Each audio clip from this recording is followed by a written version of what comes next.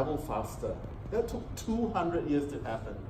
Then the second industrial revolution was in the late 19th century to the 20th century. Anyone who has read Dickens, okay, would remember that this was a big thing, and this was during the advent or the discovery of electric power, right? And electricity then helped to facilitate mass production, and that's really important. And that took about 60 years. Then you've got the late 20th century, which is when a lot of us in this room were educated and started our first jobs. And that was when we look at the advent of electronics and IT to enable automation, right?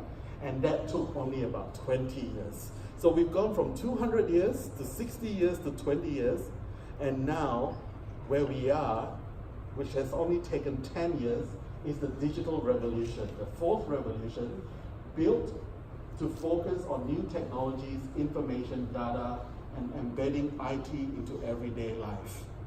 IT is in everything that we do now, right? So we talk about this digital world. And people still call it virtual world, but it's not very virtual anymore. It is not virtual because we are all using IT at least 4 to 5 hours a day, right? Those of you who are working, every email that is sent, right? Those of you who have your cars, who are driving a lot, you've got IT in your life. How many of you have smartphones? Right? It is not virtual, it's real. You are using it all the time. I jokingly say that, you know, Tinder, people who use Tinder, you know, the dating app, every minute of the day, in the whole world, there are about 60,000 swipes every minute of the day. So it's so much a part of our lives, it's even part of our love lifestyle, right? So if you think about this, it means that the world is changing very fast, right? So if you look at this, here's an example. Amazon makes about 222,000 US dollars every minute of the day, right? That's very real, it's not virtual. Netflix users watch about 86,800 hours of Netflix. That's a lot of Netflix watching and not doing very much. Google translates more than 65 million words, okay, and entries every minute of the day. So, I then have parents tell me, oh, we don't have to worry about our kids because our kids are all IT experts already. They are doing all this, right? So this is me asking you a question. Do you all like eating at restaurants? Yeah? I see a lot. Yeah? You love it? It's very nice. Yeah? Does that make you a chef? No. Just because you are good at using this doesn't make you an expert in IT. Doesn't even make you an expert in knowing how to do this properly. It surprises me how many of my kids, or my students, I call them kids, how many of my students don't even know how to Google for the most basic thing. They'll ask me a question and I'll say, have you tried Google? Oh, right? We think they are doing what they're doing, but they don't. And this is really important to understand that while they might be very good at doing things for themselves, they're not necessarily doing it for industry, for understanding the way the world works. They're using it mostly for their own entertainment, not much more beyond that. It's like us going to restaurants. It doesn't make us a chef. That's really important to recognize. Okay? So this is how the world is changing. How does it impact on the industry? How does it impact on companies? Well, when we do a search about what's going on in industry and the kind of words that are used to describe jobs in industry, we start to see these words, okay?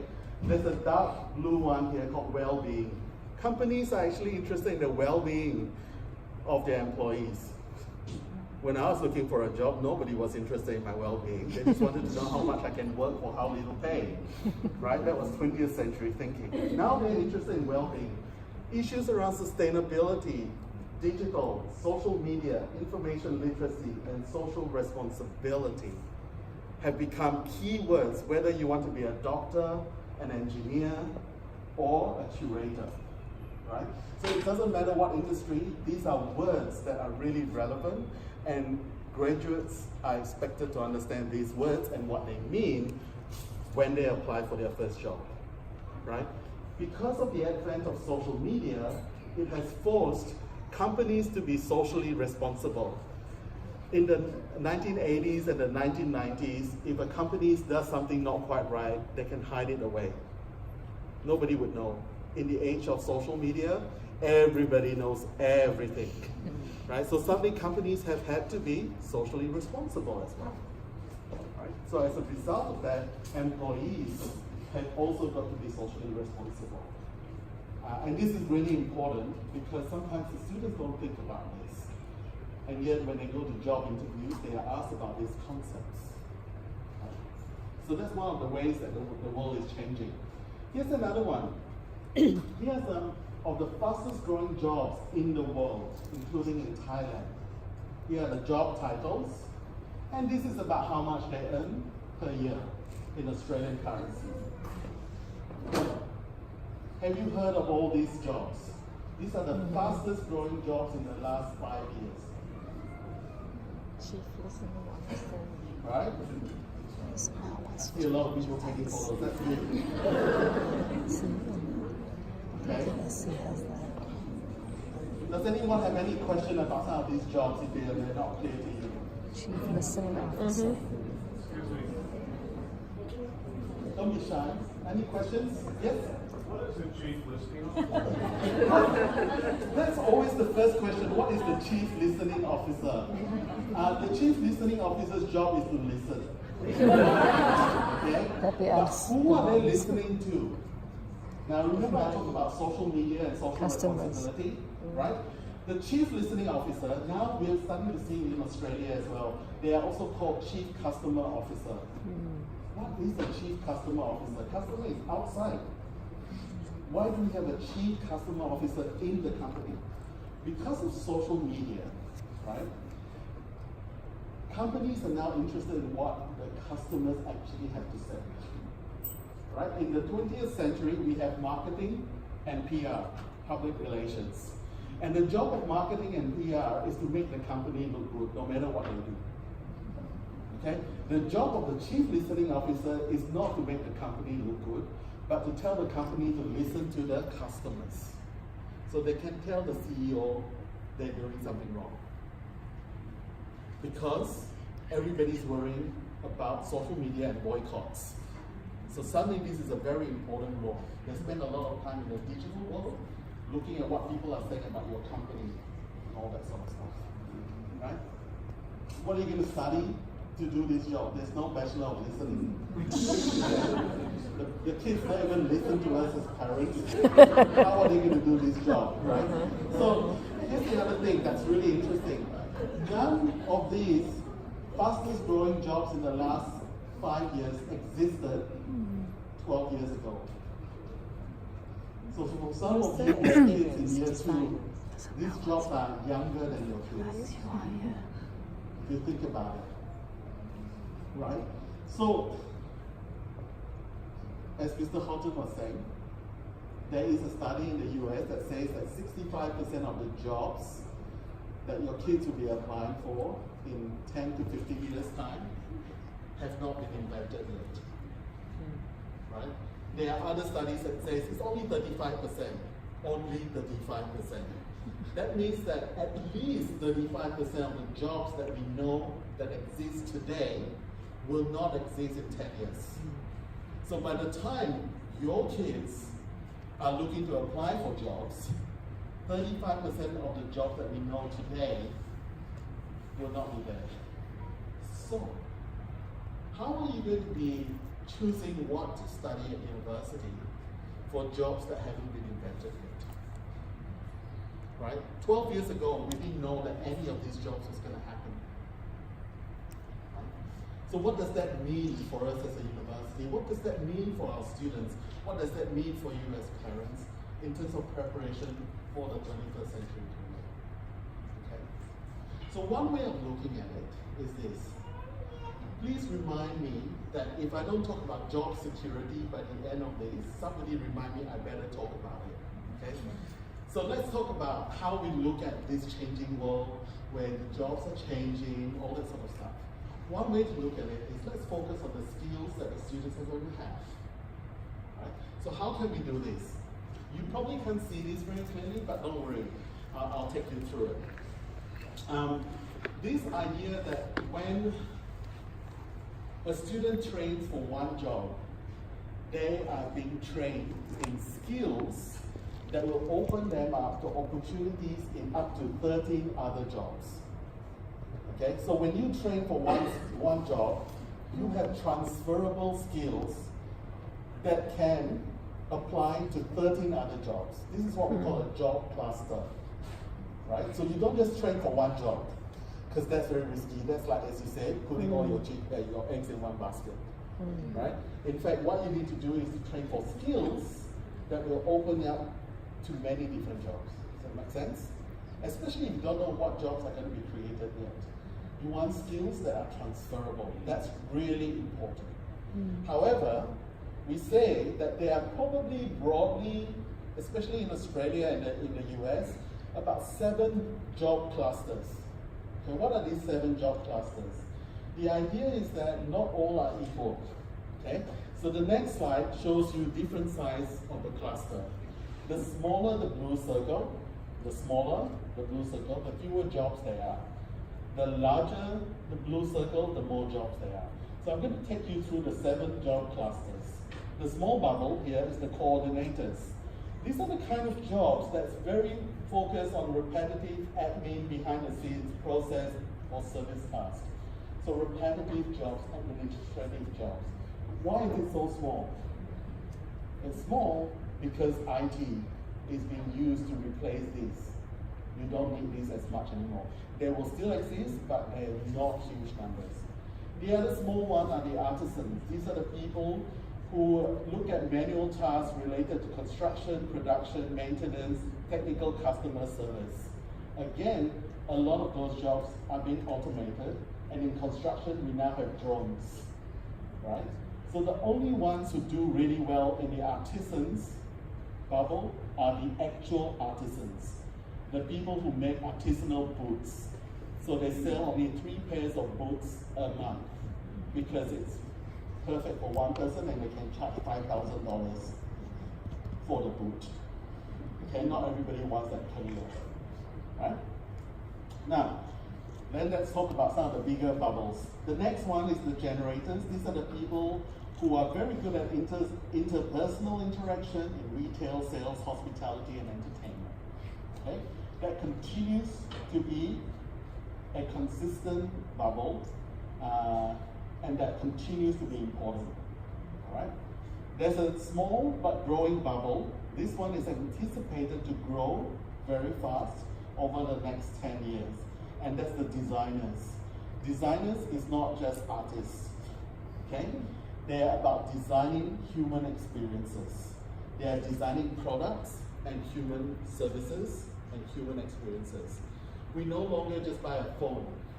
We buy a smartphone that must fit our image and our lifestyle. That doesn't happen by accident. It happens by design. Even chairs are being designed. You know, when you go to some restaurants, they have really uncomfortable chairs. Am I right? That's because you are meant to eat and leave.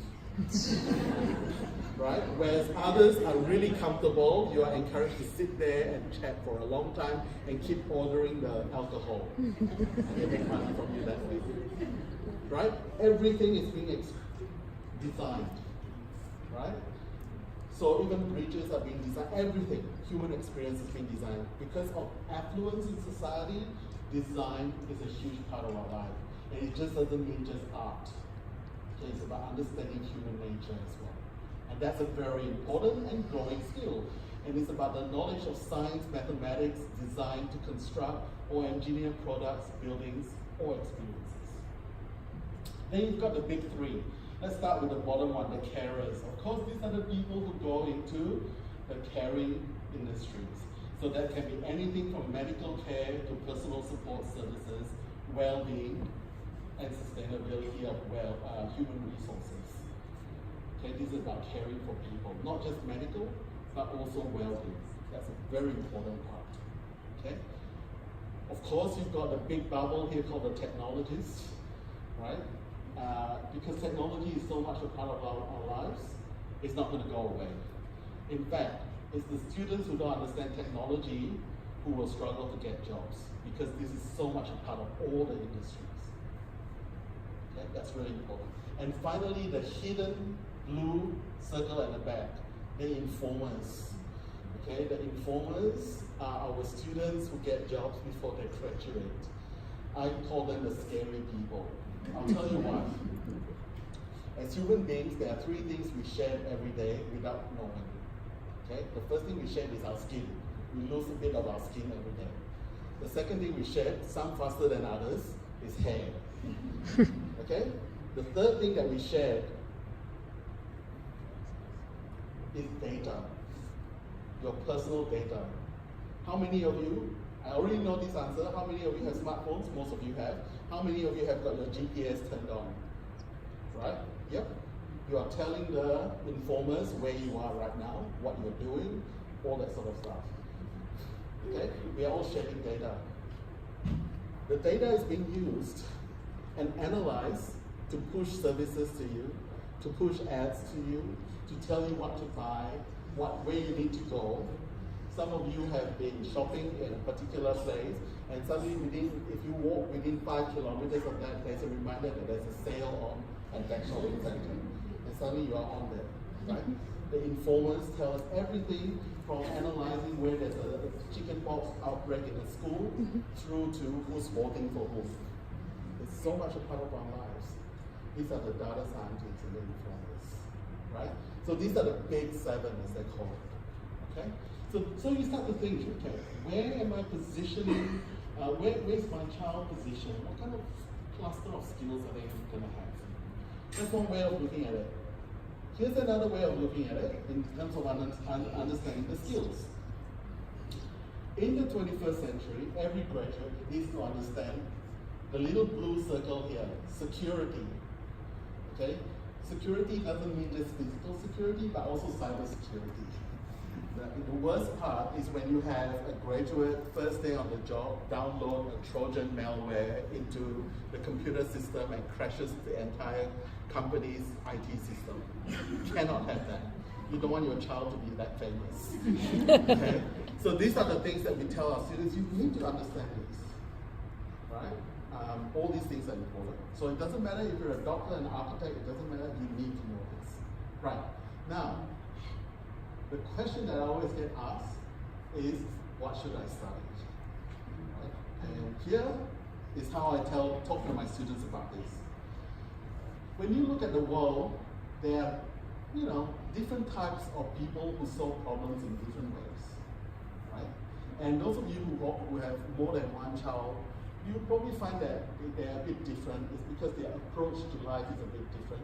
Their approach to solving problems is a bit different. Their approach to achieving is a bit different. Would that be right? Yeah? So how do we understand this, and how do we understand this in the 21st century? I'm going to start with these four. The gray one. The gray one is a cluster of skills that is about analyzing and decision making, and awareness that knowledge is evolving, dealing with complexity and ambiguity, and understanding the limitations and opportunities of methodologies and data. This is about process, people who understand process and how it works, and are very good at analyzing process. Okay? So they're very process oriented, they understand the limitations and the potential. There are people like that. The second group, the red group, understand the impact of identity and power in the way human society works, improve reasoning and critical analysis, understand the role and impact of communication, conflict, negotiation, and collaboration. What I call the people. Right? Okay. The next group, the golden group, creating user-focused experiences. Understanding the balance between efficiency, safety, comfort, pleasure, and effectiveness. Not just effectiveness and efficiency, but also comfort, pleasure, and safety. Visualizing and creating solutions in practical and creative ways, and challenging the way we approach existing solutions. new ways of looking at problems. Okay? And finally, the green group, understanding digital literacy and the complexities of technology-driven solutions, enabling digital human interactions, automating the world. Okay, so usually at this stage, if it's a group of students, I will ask them, what color are you? Okay, what color are you? Do you want to try this exercise? Okay, how many of you think you are gray? Don't be shy, gray. Who's grays? Here and there. How many of you are reds? You more reds? How many of you are gold? You golds, that's nice. And how many of you are green? You greens, fantastic. So after this, I tell the students, if you want to enhance the skill of your color, this is what you study. And this is where all the shocks come in for some of the students, right? The grays here are the people who will study business, commerce, and science. Okay? Because those degrees is about process and methodology. Okay? This is very important. The reds are the social scientists, the humanities, education, and arts. Okay? Degrees. The yellow or the gold are the engineers and the designers. Okay? And the greens are the IT people. Okay? So here we are. The students have all said, oh, okay, so I'm going to study this. Okay. Then my next question to them is, if you want to work for Google, what color should you be? This is a trick question. You got the answer. Any of them. Because 20th century thinking, we would go, you must study green to work for Google. 21st century is any of its colors. You just have to be the best of that color to work for Google. For example, how does Google make money? Don't expect the greens to tell you. You need the grays. How does Google get used by so many people and continue to impress people? It's because of the goals. What's the content that Google provides and supports? Because they understand the reds. And who are the people who build the algorithms and the engine that drive Google? The greens. So, if you are a terrible green, okay, your child has no aptitude for green, and you say you want to work for Google, you must study green. So what happens is they struggle through their green. They're still not going to work for Google because they're a terrible green. Whereas if they were an excellent red, they have a better chance at working at Google. Do you see where I'm going here? This is really important. So do what you love. And now I'm going to talk about job security because I remember. In the 21st century, job security is very different to what we know about job security in 20th century. 20th century, job security is like you get into this job or this career and it'll see you through for the rest of your life. Right? How can we promise that in a century where 35 to 65% of the jobs have not been created or can be made redundant? Right? This is how you think about job security in the 21st century. They can take away your job, but they cannot take away your skills. If Google fires you, if you are the best red, you can go and work for a bank. Take your skills and go to the bank. Do you see where I'm going here? This is really important. So, I've talked to a lot of parents who really push their students into one particular discipline that they are struggling with. What happens there is, and I see this every day in my job, the child has no aptitude for this area of study. So they try so hard to please their parents and themselves and improve themselves. So they study harder than anyone else to get average scores because they have no aptitude or interest. All that extra time that they spend studying is not bad, but it's putting them at disadvantage because they are friends who enjoy the subject are studying less and doing better, and all that free time they volunteer and become student leaders. By the time they graduate, their friends will have good grades, plus they were student leaders. The person who is struggling spent more hours studying, got average grades, and no other activities. So they're still not employable. Do you see where I'm going here? And that's a trap that some of our students fall into, right?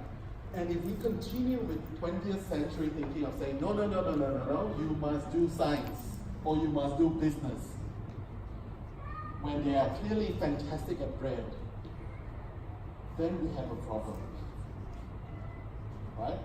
Because the child will have to go out there and convince everyone that they are the best grade when they apply for a job.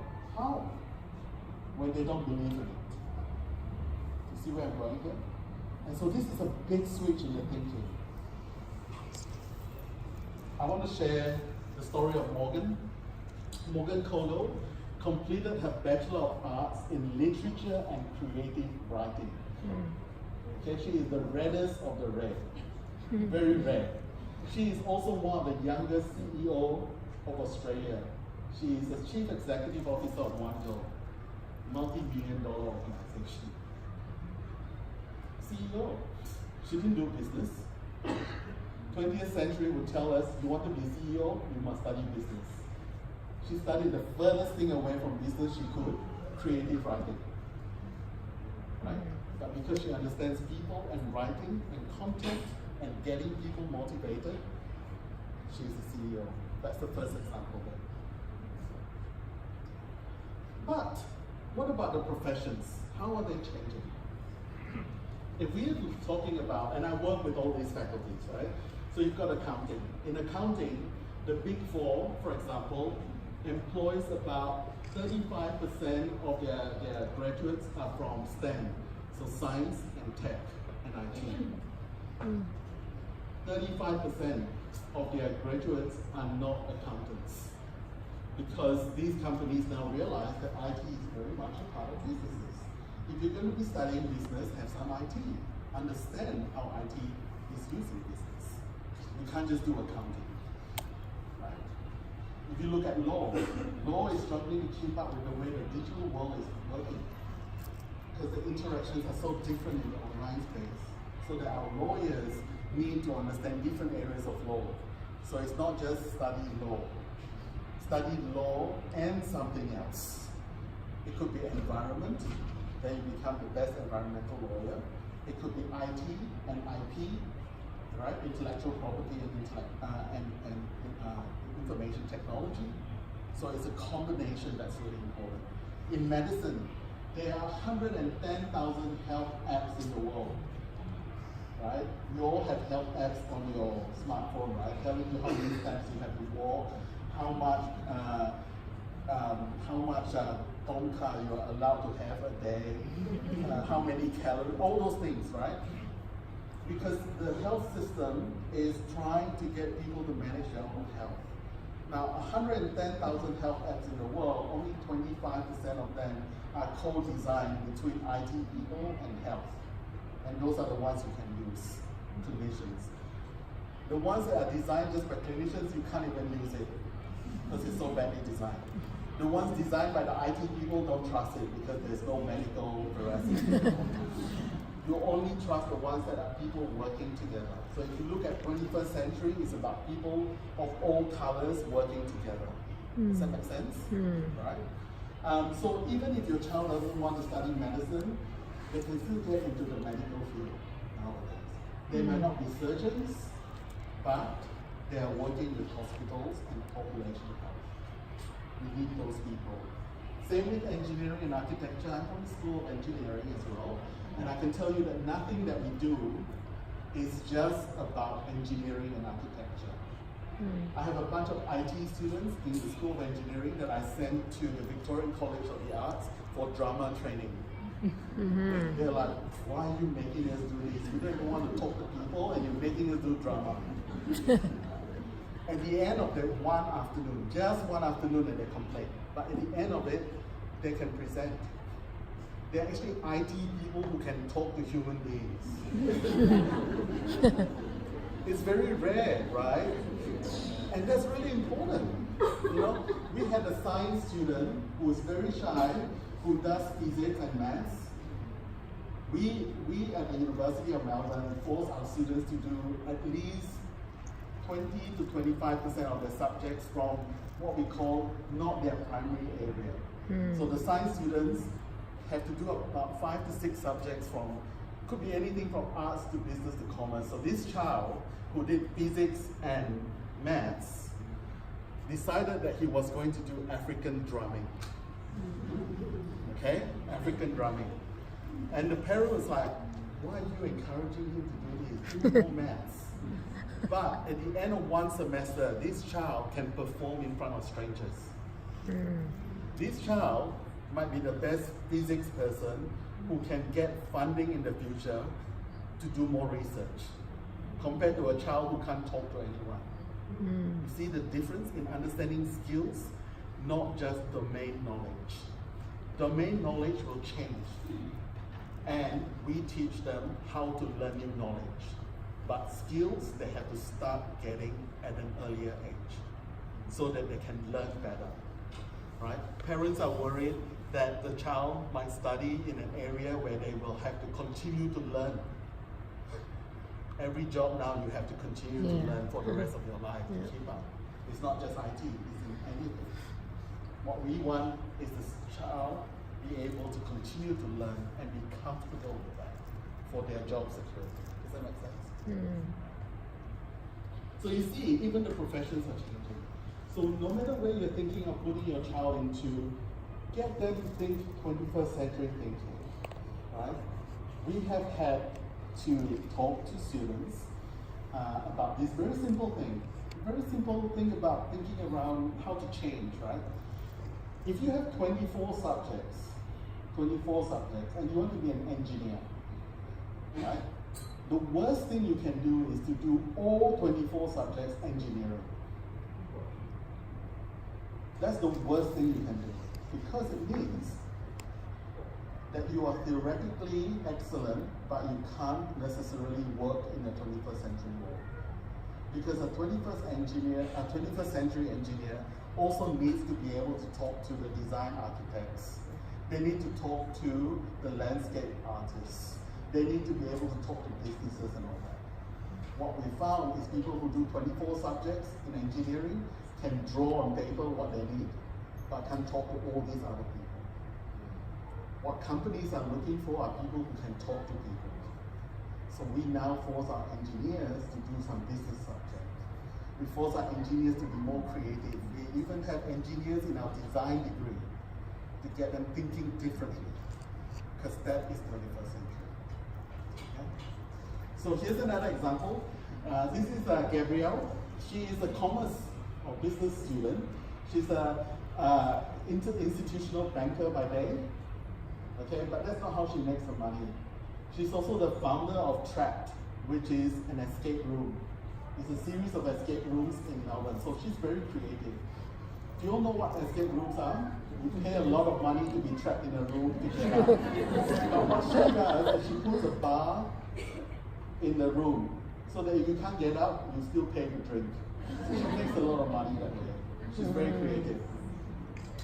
We have Andy, who is an engineering software student, who is also the founder of Crossy Road, one of the largest games that a lot of your kids might be playing, actually, who is now being asked to reinvent Pac-Man. Right? So it's this idea that the students have to really think beyond just what they are studying, and we try to encourage them. I'm not going to go through this one.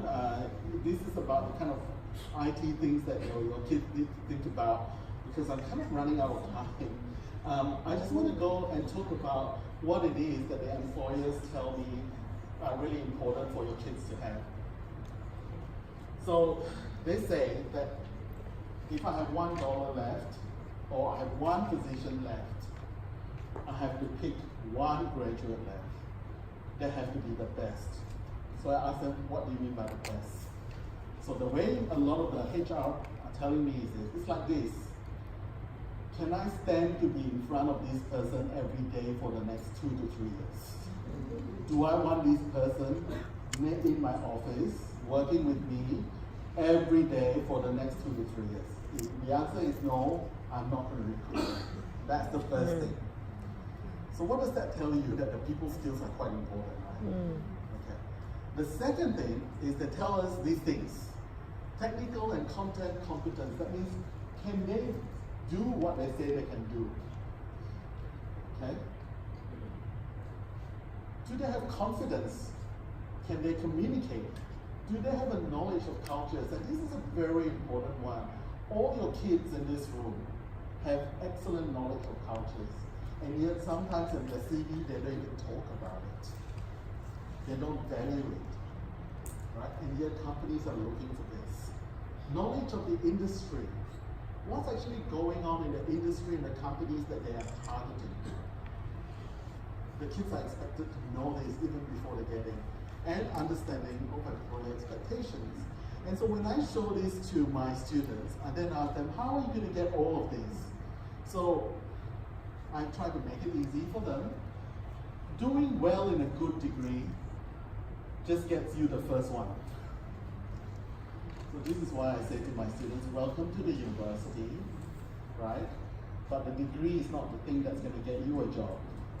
It's you who's going to get you a job. We can provide you with opportunities, right? The degree is a passport. A lot of people have passports but never travel. These are people who have a degree who don't have a job.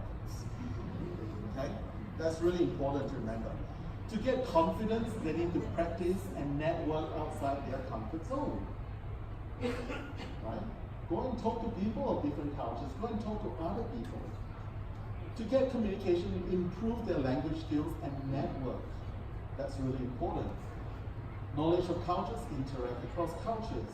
Knowledge of industry, research on and network with industry. Now I have a story to tell you, right?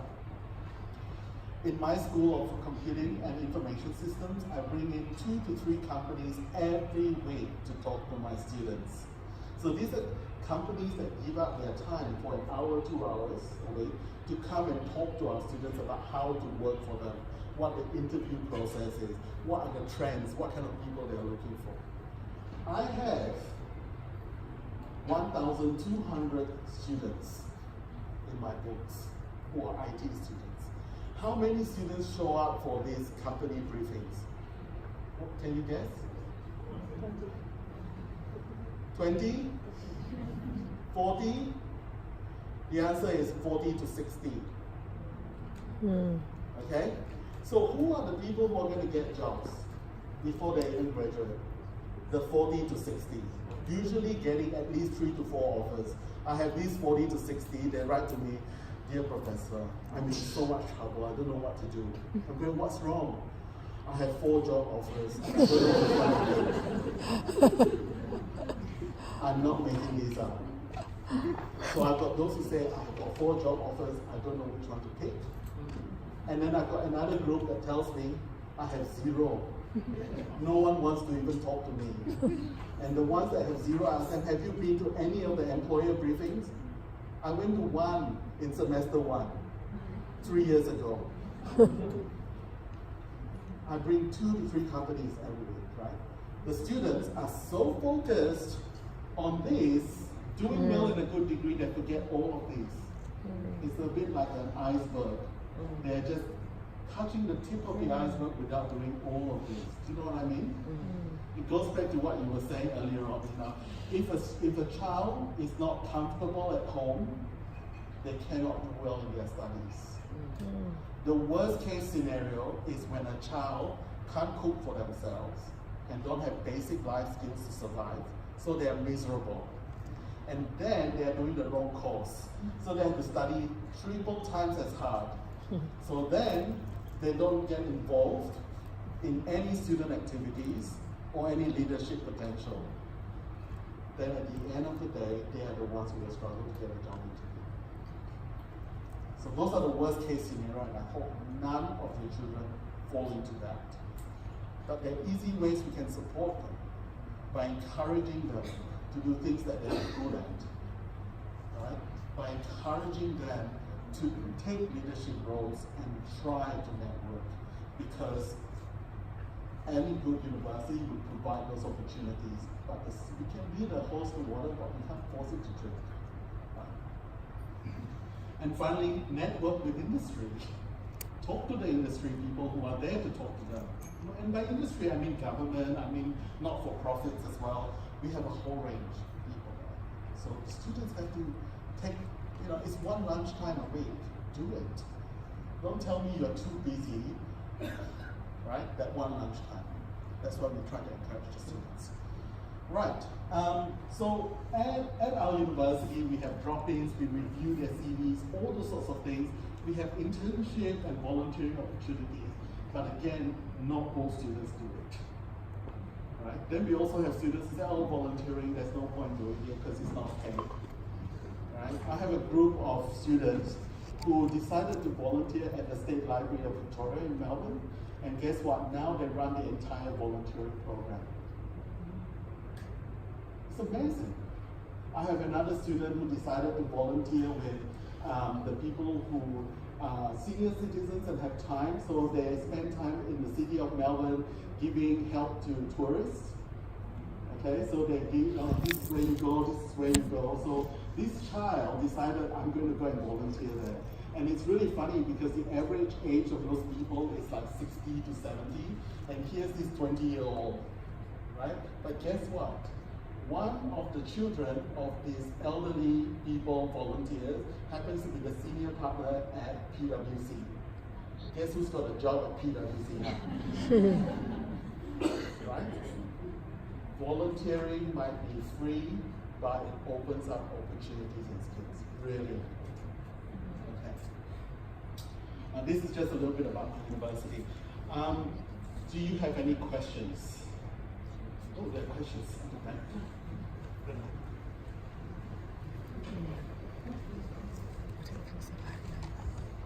Will this presentation be available online after this?